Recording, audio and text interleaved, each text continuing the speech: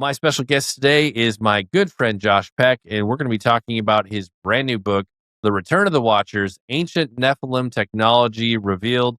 Josh, you and I do not see each other nearly enough. You and I chased each other kind of around for years as internet friends, and we met each other at a conference here and there. But I always look forward to every time we chat. So welcome back to the show. It's always an honor to be in your presence, even if it's online. Honor's all mine, and I feel the same way. And thank you so much for having me on. It's always good to talk with you. Well, I always enjoy. You write about such fascinating topics that I have to check out your books because I want to know what you're nerding out about next. But before we get into the new book, like I've been a fan of your work and followed you for many years, but for my fans who are like, who is this Josh Peck guy? This is the first time I'm encountering him. Like, give us an idea of the scope of your work because you've done documentary films. You write about topics that not everybody even thinks they need to know about. You're talking about prophecies, all kinds of stuff. So give us a rundown of your work. Like you're one of my most unique friends in terms of like the scope of what you're into. Thanks, I appreciate that.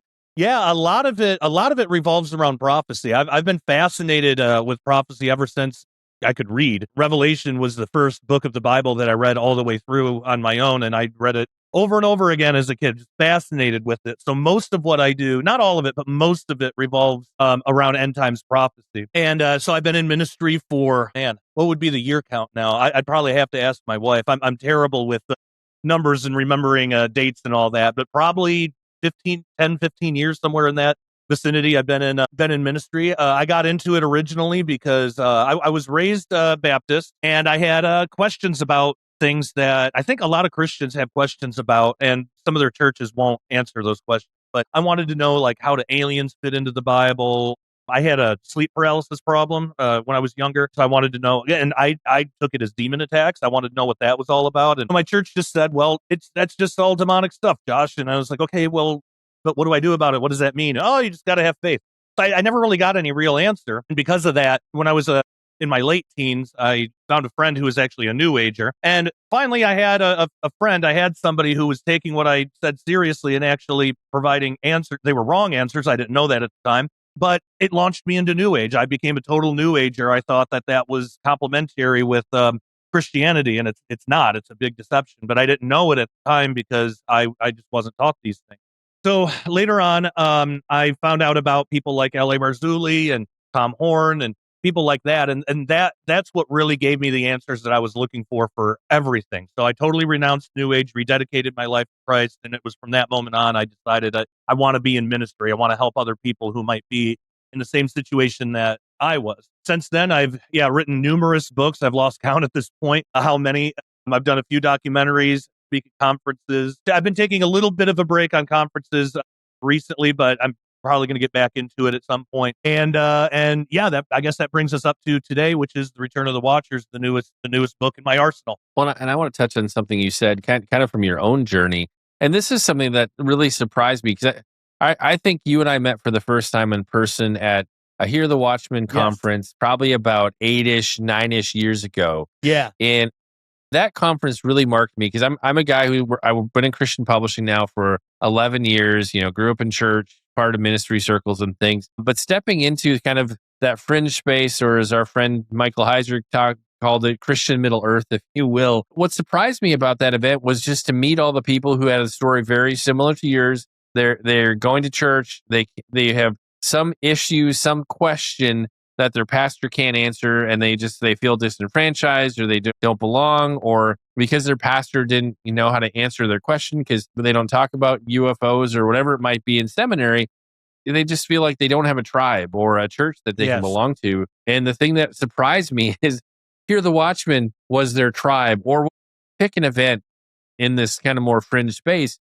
And another thing I remember, and I think I went to at least 2 of the Hear the Watchmen events, is just the number of people that accepted Jesus at those events, the baptisms they did at the events. And that really opened my eyes up to the importance of these conversations that, back then we weren't having them as much at church. Like today, there are a bunch more podcasts that are kind of popularizing that crossover between the paranormal and the supernatural. I'm curious for you, just in terms of like your early ministry days when you started speaking and being part of these events, like, I don't know, was it kind of refreshing to be a part of events where you're seeing people just like yourself finding Jesus and getting their questions answers? 'Cause that isn't the norm in our typical ministry circle. Yeah, 100%. I mean, I go into those and seeing that, it felt like, wow, this is my purpose. This is what God put me on earth for, to see this. And it was just so moving and touching to see that, because I always felt like an outcast in my church. And I thought I was like the only one. So does everybody else that has had the same experience. Then, going to a Hear the Watchmen conference or Prophecy Watchers conference, or, any number of conferences out there, but actually going there and getting to interact and really fellowship with people that are like-minded, and you don't have to worry about sounding stupid or asking a dumb question. You don't have to worry about, a pastor not know. And by the way, I want to make mention too. So for me, the issue, it's perfectly fine if a pastor doesn't know an answer to a question. I think the problem is when they act like they do anyway. And that's a point of pride. And we're all human. We're all susceptible to that. But that was the thing that really gutted me when I was younger. It wasn't just that. If the pastor would have told me, and I liked my pastor a lot, I'm not going to dog too much on my old church because they are the ones that introduced me to Jesus. So I likely wouldn't be saved without them. But if the pastor would have told me, Josh, that's a really interesting question. I honestly do not know the answer, but let me look into it, or let me see if I can find something, because that's a good question. If it was something like that, I would have had so much more respect and patience, and I would have felt heard. I might not have even gotten into New Age because of that. But, an honest, I don't know, is so much better than a fake answer. Because the answer I was getting is just, it was just take it on faith over and over again. Just take it on faith, Josh. You got to take it on faith.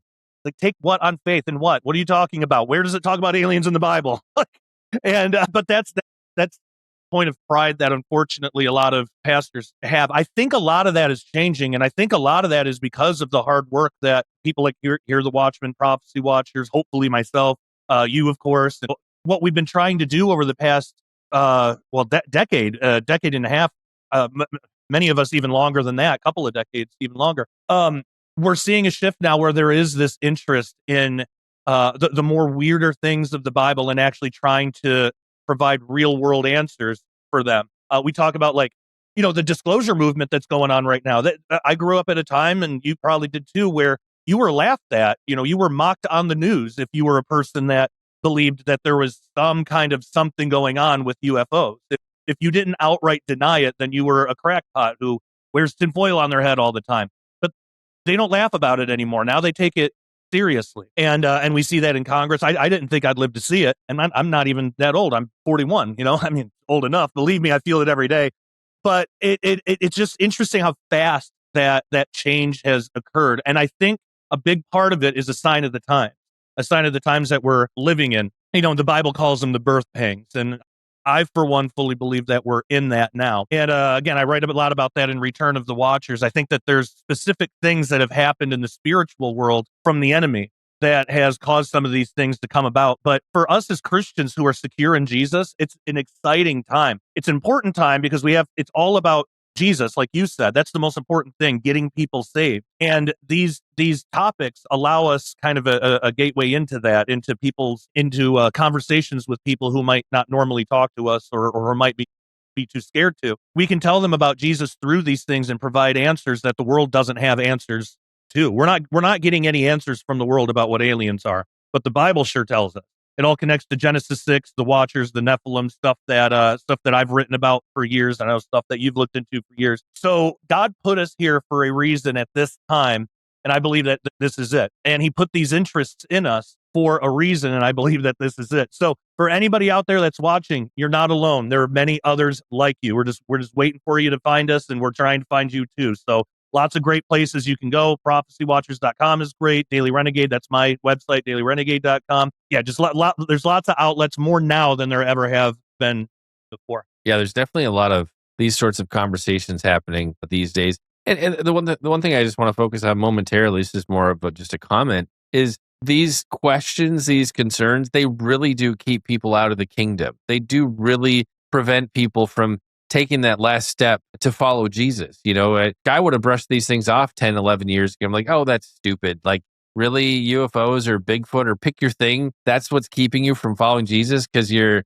your pastor couldn't answer your question. And like, it's a legitimate concern for some people. And so I had to learn to not be prideful and think I knew everything. You know, when you meet people face to face who share their story and their testimony, like that really was like a sticking point for you. And so that just really gave me a heart for this whole space. Like, oh, people are meeting Jesus, they're getting saved, their questions answered. Even if they have weird questions, that's okay. They still deserve answers to these things. In terms of the new book, like I'm always curious, like timing, story behind the book. I know you're like me, where you're always juggling. I've got these 17 new ideas right now. So, like, why this book? Why this season? Like, why was this the right time for this one to come out? Yeah, well, it kind of was like that almost. Like I had all these ideas for different avenues that I wanted to explore in some kind of research project, be it a documentary or maybe some blog posts or a book or several books or something. And I was talking with Bob Ulrich at Prophecy Watchers, and I was like, just out of curiosity, what kinds of things does your audience? Because I promote my stuff mostly on Prophecy Watchers, my own stuff, and then Prophecy Watchers. So I was like, what is your audience, the Prophecy Watchers audience? And for those who don't know, I started working at Prophecy Watchers a couple of years ago, so this conversation happened probably about a year ago, maybe more, but. I was like, what kind of topics specifically are interesting? And we kind of had a conversation, and I was talking about some of the things that I've been working on, and I kind of realized, and he's like, all of these kind of have to do with each other. These things that you're talking about, why don't you do kind of like a greatest hits kind of book and get all of these things together? Because it seems like there's a common thread through all of these things that you want to do. And so I thought about it, and I was like, oh my gosh, you're right. You're absolutely right. And the through line was the Return of the Watchers stuff and how Nephilim technology and stuff like that from the ancient past is making a resurgence. I had realized that all of the things I was looking into really had to do with that. And so I was able to take all these threads that I had already started. And just like you said, when you have a dozen projects at the same time, it's easy to start one and then start another and then go on to another thing. It's really easy to get distracted and do that. But I was able to take all of these things I was already working on and make chapters of a book out of them. And so once I had outlined everything to make sure that it really did all fit cohesively as one book, I thought, oh my gosh, this would be like nothing to write. All the research is done, all the work's done. I just actually have to put it all together. And so I believe that it was really God's timing that it's just I had all of these interests all at once because it's the book's about a lot of different things, but it does all culminate around the idea of the return of the Watchers, the return of the Nephilim in some sort of capacity in the end times, and how that's manifesting today, specifically through lots of different kinds of technologies, but also like occultism in the government and all sorts of things. And so each chapter kind of takes a microscopic view on one aspect of this larger question. Are these Watchers from Enoch, fallen angels? If anybody's familiar with Genesis 6, then you know the story about the fallen angels who fell, mated with human women, created the giants, the Nephilim, and that was totally invaded the earth with those things, and that was the reason for the need for the flood. Well, the book of Enoch gets a little bit more into detail about that, and I talk about that in the book as well. But there's a prophesied return to these things. A return of these things. They're ultimately going to be set aside for judgment, but they in some areas, some of them get to escape a little early. And it's all for God's judgment and everything. God has his hand on all of this stuff. God's sovereign, even over the enemy, of course. Nothing gets done that the enemy can't do anything that God doesn't permit. But we get clues of that all throughout the Bible in Bible prophecy. So I realized, man, a lot of the stuff that's happening now is a repeat from Genesis 6. It may not be exactly bodily angelic beings coming down to earth, not yet. I believe that connects fully into the alien UFO abduction thing, the hybridization program. I believe that's just a repeat of Genesis 6 and Enoch from the fallen angels. They're not aliens. They're fallen. They're Watchers. But even more than that, because the whole idea of birth pangs is you have a type of shadow fulfillment of a prophecy before the big one hits. So all throughout the tribulation, there's going to be plenty of prophecies to be fulfilled. But an idea of a birth pang is before that, we're going to see little shadows of that. Now, saying little shadows of it doesn't mean that they're not going to be intense, because, I mean, you have a bunch of kids, so do I. You know, those birth pangs from our wives can get really, really intense when they hit. So they can get intense for us too, prophetically. So I believe what's happening, that we will see a future full-on return of the Watchers, but before that time, I think that they're influencing the things that people are doing. Like specifically, they're making hybrids. They call it de-extinction, but it's not really de-extinction. I have a chapter in there about the direwolf de-extinction experiment, but it's actually not a de-extinct direwolf. It's actually much worse than that. It is a hybrid creature that was never supposed to be made. You can't really de-extinct an animal without having a living version of that animal to carry the child. So what you have to do is you have to take DNA from the extinct animal, and then you have to combine it with DNA of something that's close to it, but that's living now. And that's basically what they've done. And so it is a complete repeat of things that were happening in Genesis 6 and Enoch. And this goes into all sorts of different directions, but that's one example, but that's basically the through line for the whole book and how the whole thing came together. Well, and the thing I always ask, like, have you all not seen Jurassic Park or one of the many movies? Like, this never ends well. I don't know why it's kind of like socialism or communism. We're gonna get it right. We're gonna go after this again. In terms of like Nephilim technology or whatever we want to say, I guess contrast, like if you think back throughout like history, do we see examples of unexplained feats, things that we couldn't build with our modern technology? Contrast like this technology like through the ages up until today. Like, do we see this popping up in history? Yes, ancient megaliths specifically. So we still don't know how they did that. The things like the pyramids. And actually, I dedicate a whole chapter to what they found underneath the pyramid. These giant structures. They look like these columns, basically. And so the question is, how were they able to do that back then? Because that has to be impossible. I don't even think we could do it now. We might be able to build the pyramid the way that it is, but those colossal structures underneath, I don't see how that's possible. So there's a couple different ways of looking at that. And one way is, well, possibly, and with other megalithic structures, possibly that's Nephilim, that's evidence of Nephilim technology. So we don't know what exactly they used or how they did things. It seems to, when you go through like the Book of Giants, it does seem like some of the Nephilim might have had certain, what would we call, I guess, like magical powers, maybe. It sounds like a silly way to put it, but they seem to have had some kind of powers that we don't have access to as normal human beings. Like in the Book of Giants, there's one giant that actually flies. Now, some say maybe that was a dream he had, but it really sounds like he's flying to go meet Enoch. Well, what do we have today? We have superheroes that fly, and stuff like that. And I'm wondering, is that an old memory of something that actually used to exist? But back then, that would have been dark occult black magic. Now, people might ask, well, why haven't we been able to recreate that? I believe the Bible provides an answer for that. I believe it's what's called the Restrainer. That's the Holy Spirit living within believers. And you can actually track this back through church history, which is really interesting. So right around the time of the 1st, 2nd century, around there, you have basically Christian missionaries that are trying to go get people saved. When a Christian is around, say, an oracle, the oracle all of a sudden has a hard time and either can't speak or can't help but to speak the truth. Paul encountered this in Acts, the oracle at Delphi. Notice in that whole passage, the oracle wasn't saying anything that wasn't true. Like everything the oracle was saying was true, but you kind of get the sense that she was being kind of annoying about it, and Paul finally got fed up and cast the demon out. But you actually find that in church history. So in trying to remember the church father, it slips my mind right now. But in one of the church fathers, they record an encounter with the oracle of Apollo, and these are just like a couple of Christians in the room, and they're talking, and they're for the sake of evangelizing, but they're talking to Apollo, and Apollo is trying to lie. He's trying to lie, but he keeps slipping up, and he keeps admitting that he's a demon.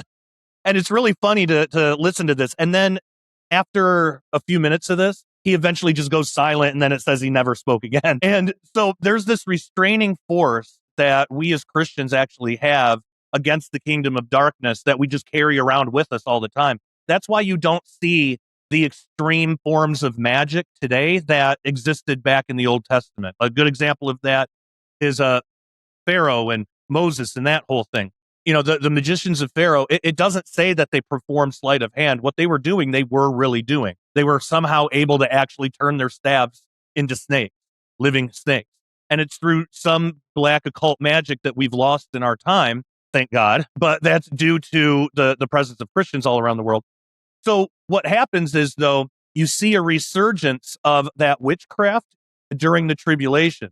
So something happens, and that restrainer isn't there anymore, and the world's able to participate in these things. So going back to technology, so back in the Old Testament, the way that it worked is they could do these things probably through some kind of occult black magic. Like another thing, when you really dig into the story of the Tower of Babel and what that was all about, it wasn't so much about the height of the tower. They built it in a valley.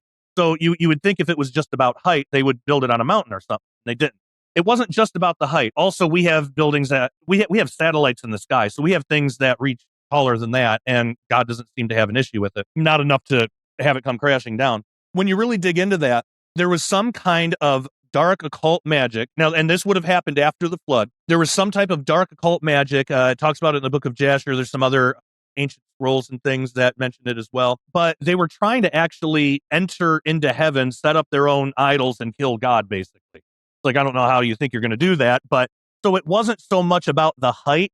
They were trying to do something magic-wise, maybe create a portal or something like that. That might be how we would describe it in our language today. So we have examples of that kind of thing. So making some kind of megalith probably didn't require any, because we never find the tools. We don't have any tools or real instructions on how they did these things. We get little hints that they, pointed a stick at something and it just moved on its own. We don't know what all that means, but it seems like the way of the world back then was utilizing dark forces because the restrainer wasn't here yet. But after Jesus, after Pentecost, all of a sudden there's the Holy Spirit, and now there's this restraining force.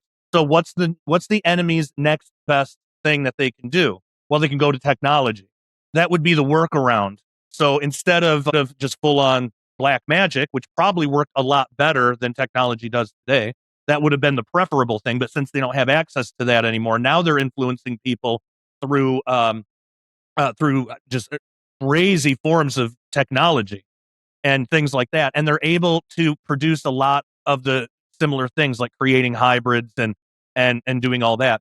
And it's also interesting too that, speaking of technology, there is not really a reason that we couldn't have had an industrial revolution just as humanity. We could have had that 1,000 years before. We have the same access to the same materials. We have basically the same brains. If anything, our brains are more degraded now than they were back then. They would have had better brains back then just due to genetic degradation and things like that. They had access to the same stuff. Not every people group, but a lot of people groups actually had the will to explore these things and try to do experiments and stuff. But why is it that it's only been within the past, say, couple hundred years that we've gone from horse and buggy to we're sending satellites up into space and rockets to the moon and making plans to go to Mars and all this crazy stuff in such a short amount of time? Why is it our time now? I believe personally that restrainer is starting to loosen a little bit, and some of this stuff is able to slip through a little bit more and more influence. One example, the whole I mentioned UFOs. I do believe that there is a such thing as fallen angel technology and that they can create these things. They know how. Again, I don't think that because of the restraining force, I don't think they can do as much of, they definitely can't influence humans to do it as well. And what their capabilities are themselves, who knows? But they would understand technology way better than we do, so they can build stuff. And you would think, what is it with all these UFO crashes? Because supposedly we're supposed to believe that there's an alien civilization on some far off planet that we can't even see or get to or have any evidence that it has life on it. It's so far away. Somehow they've managed to deal with physics to basically break physics to get here. But then all of a sudden when they get here, they crash. I think that's done on purpose. Why don't we see UFO crashes on the moon or on Mars or just crashes just in space? Why don't we float? When we send rockets and satellites, why don't we see ruins of any UFO crashes out there or anywhere else? It's only on Earth. I believe what they're doing is the same thing they did in Enoch. So in Enoch, it says when the Watchers fell, part of what they did was mix with humankind and create the Nephilim, but they also taught mankind technology that they weren't supposed to have. Back then, it was breastplates and swords. They taught them war. They taught them cosmetics. They taught them how to use a mirror, all of this stuff. And a lot of that stuff can trigger our pride, all the war stuff for men, all the cosmetic stuff for women. And so it's not to say that stuff isn't good just, in moderation, but because you can use a knife to cut a steak, you can, you can wear, whatever, but it goes to an extreme where people start rebelling against God, and that's what happened. Well, now all of a sudden we're getting access to, all of a sudden there's this technology explosion. How did that happen? Well, it happened around, it's happening around the same time that all of these supposed UFO crashes are going on. 1947 for Roswell. There was Aurora, Texas, in early 1900s, maybe late 1800s.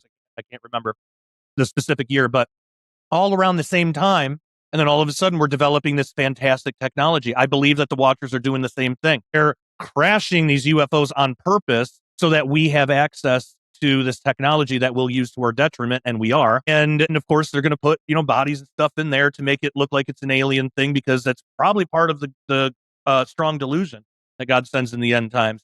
What more, besides aliens coming to Earth, what more would be a delusion that the entire world would fall under? Because we have so many different cultures and so many different people groups that are interested in different things. There would have to be something above all of us. And the whole alien question, I think, is the best thing that fits that. So, yeah, long answer for a short question, but hopefully that answers it. That was a great rabbit trail. I loved it. Well, and kind of that idea of they're intentionally seeding this technology by just making it available for us to try to reverse engineer, try to figure out what can we do with this. You cover so many great topics in the book, and I have a hard stop coming up, so I have to strategically pick where we're going to go before we wrap up.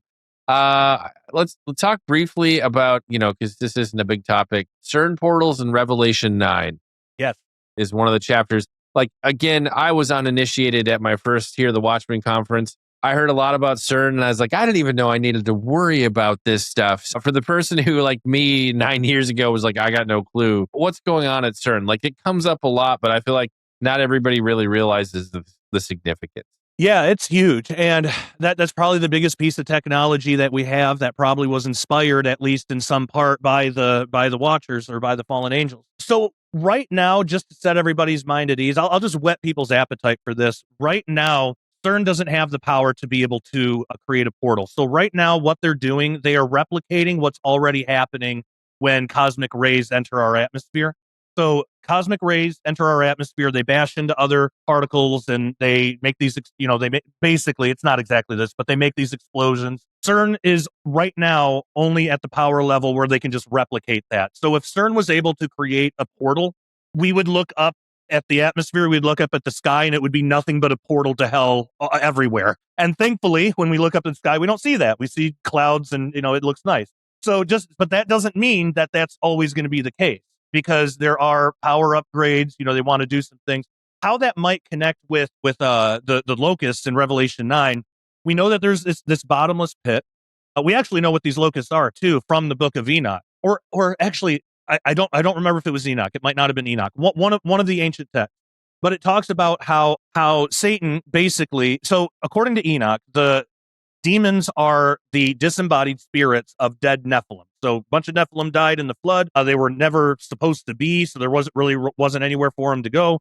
So they became the unclean spirits, the demons. And apparently there was, this might have been in Jubilee. I think it was Jubilees. I think it was in the book of Jubilee. Apparently there was a time where these demons this was after the flood, they were really terrorizing, like way more than we see now. They were really terrorizing the sons of Noah, like even killing them and stuff. And so Noah prayed, they all prayed, and God said, okay, well, I'll just bind all of these up. I'll bind them all up like I did with the fallen angels. There'll be the 200 watchers. Not every fallen angel is bound, but I'll bind all them up too, so you don't have to worry about them. And then Satan was like, well, how am I going to do my job in deceiving mankind? And there's a whole theological debate on why that is. And it's similar to the book of Job, but how can I do my job if I don't have these guys? You got to leave me some of them. So God gave Satan like 1/10 of the demons, and he bound the rest.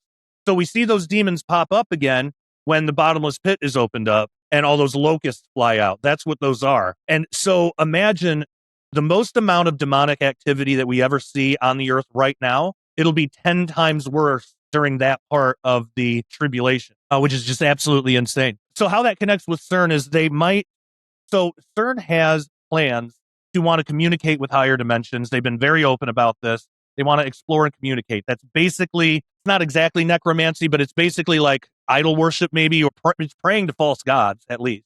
I think that there comes a point, if CERN is involved with the opening of the abyss, there comes a point where God says, all right, you want these guys, you want these false gods, you don't want to repent and follow me. Fine, let's see how they treat you, and the bottomless pit is open. So CERN could be the trigger to that if they do all these power upgrades. But the good thing is they're not there yet. Well, take heart. You can at least sleep well tonight.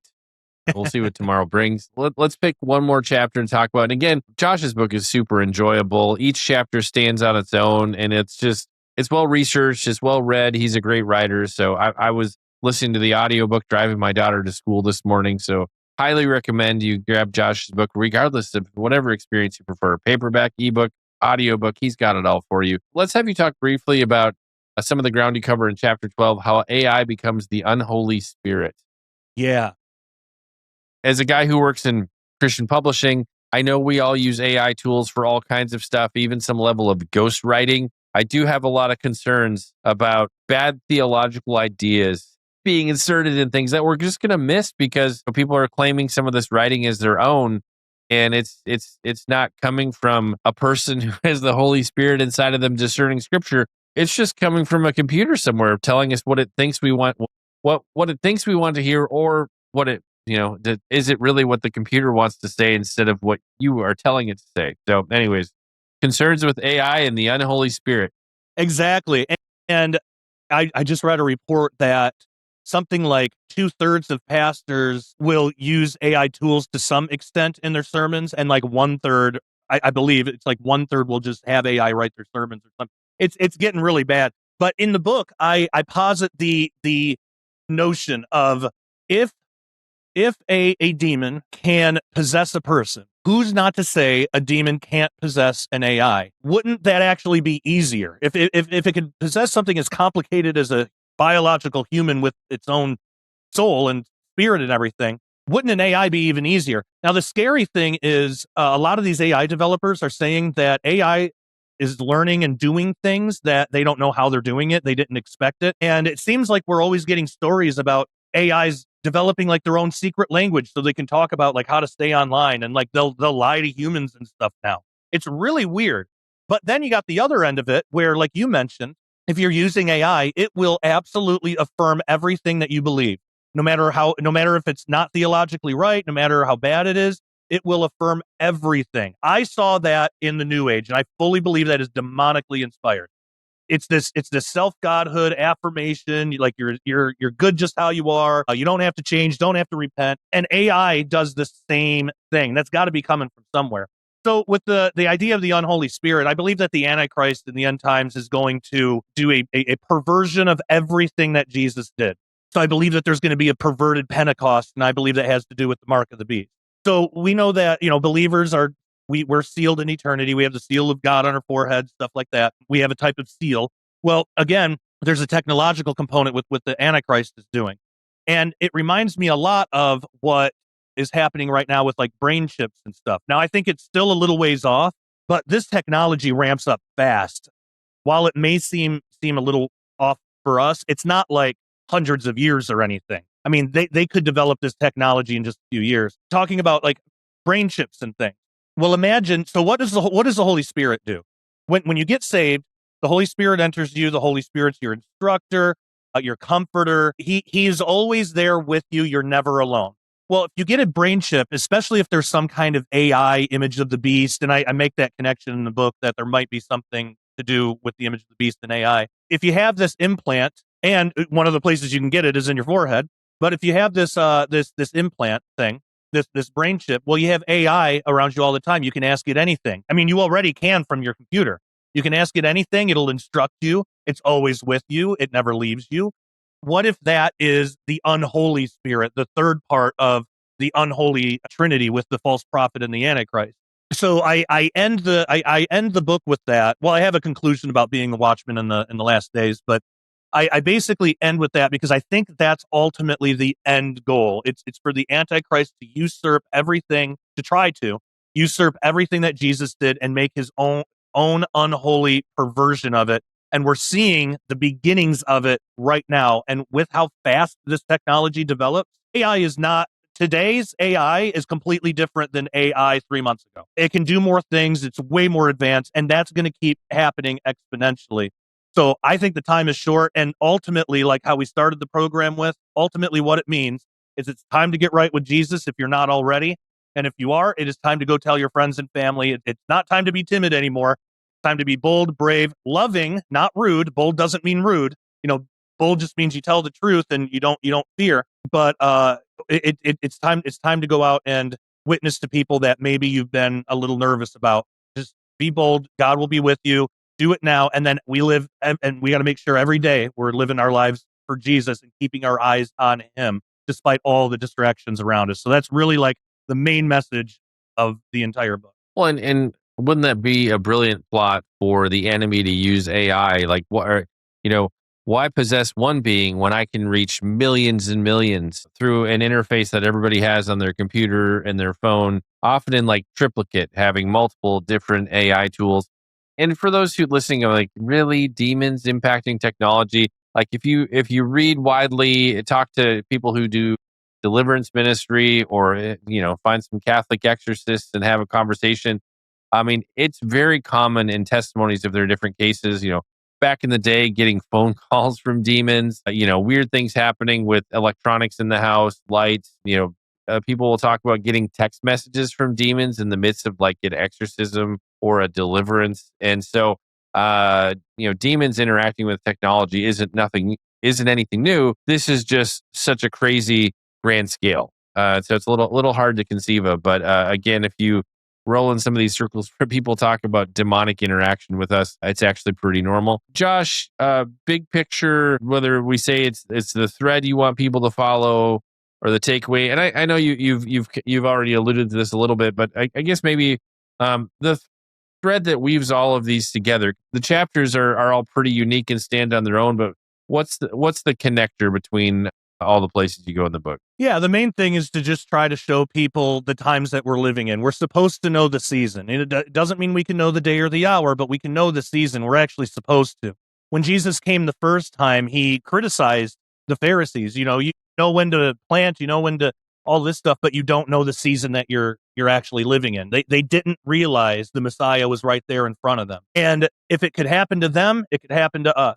We need to know the season. So the whole point of the book is to show, look, all of this stuff is prophetic. This was all prophesied to happen, and it is happening. This isn't, and of course, people will look at, I don't make rapture predictions or anything like that. People will scoff because they say, well, people have been predicting the return of Jesus forever, and, it's never happened yet. And it's like, well, that's even prophesied too, because it's prophesied that in the last days there will be scoffers that say all things are as they continue. Where is the sign of his coming? What's taken him so long?